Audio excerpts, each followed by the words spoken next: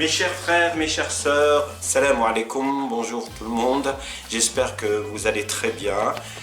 J'espère aussi que le jour de Ramadan d'aujourd'hui se passe très bien. Bienvenue au 21e jour du mois de Ramadan et donc au 21e quiz de ce mois de Ramadan béni.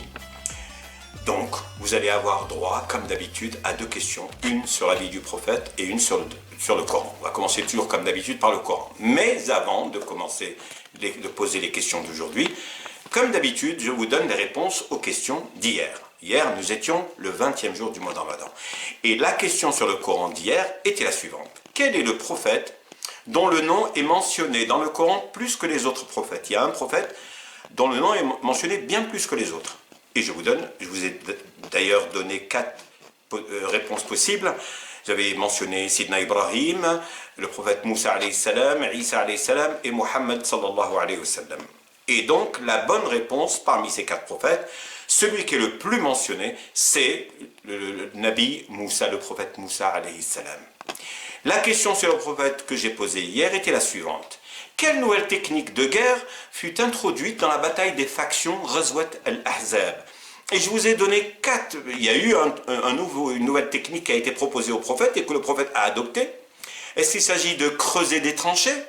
Ou de mettre la pression psychologique sur l'ennemi? Ou de propager des rumeurs? Ou d'attaquer la nuit? Et la bonne réponse était de creuser des tranchées pour se prémunir des attaques terrestres. Passons maintenant aux questions du quiz d'aujourd'hui, donc du 21e jour du mois de Ramadan. La question sur le Coran est la suivante. Dans quelle sourate sont mentionnés les actes obligatoires des ablutions? Dans quelle sourate sont mentionnés les actes obligatoires des ablutions? Vous savez que l'ablution qu'on fait, il y a des actes qui sont obligatoires et d'autres qui ne sont pas obligatoires. Par exemple, se moucher le nez n'est pas une obligation, c'est une sunna, c'est une tradition. Mais ce n'est pas une obligation. Par exemple, les oreilles, ce n'est pas une obligation.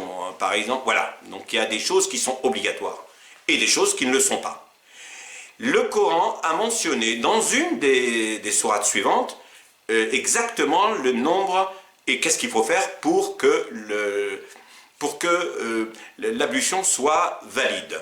Alors, est-ce qu'il s'agit de sourate al-Baqarah, de sourate al-Imran, de sourate al-Ma'ida ou de sourate al-Ahzab? Donc 4 sourates, je les répète, Al-Baqarah, Al-Imran, Al-Ma'ida ou Al-Ahzab.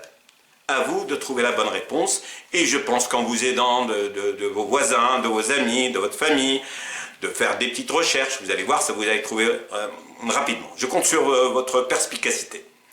Passons aux questions, donc à la question relative au prophète, à la vie du prophète sallallahu alayhi wa sallam. La question est la suivante. Les deux mots Aous et Khazraj furent. Alors qu'est-ce qu'ils furent les mots Aous et Khazraj? Khazraj. Je répète, Aous et Khazraj. Deux noms. Ils furent quoi? Première possibilité, deux opposants au message de l'islam. Deuxième possibilité, deux personnages célèbres ayant soutenu le messager de Dieu. Troisième possibilité, deux tribus arabes de Médine. Quatrième possibilité, deux dignitaires juifs. Donc, Aous et Khazraj. Je répète les 4 possibilités, elles sont un peu longues, mais je les répète quand même. Donc, Aous et Khazraj sont deux opposants au message de l'islam, deux personnages célèbres ayant soutenu le message de Dieu, le messager de Dieu, pardon, deux tribus arabes de Médine ou deux dignitaires juifs. Voilà pour les questions d'aujourd'hui. J'espère que vous allez faire un petit effort de recherche. Et donc, si vous trouvez les bonnes réponses, et si le cœur vous en dit, laissez-moi vos réponses dans la rubrique des commentaires. Et je sais que je peux compter sur vous. Je vous souhaite une journée bénie. J'espère que Dieu acceptera votre jeûne, vos prières et vos prières nocturnes aussi.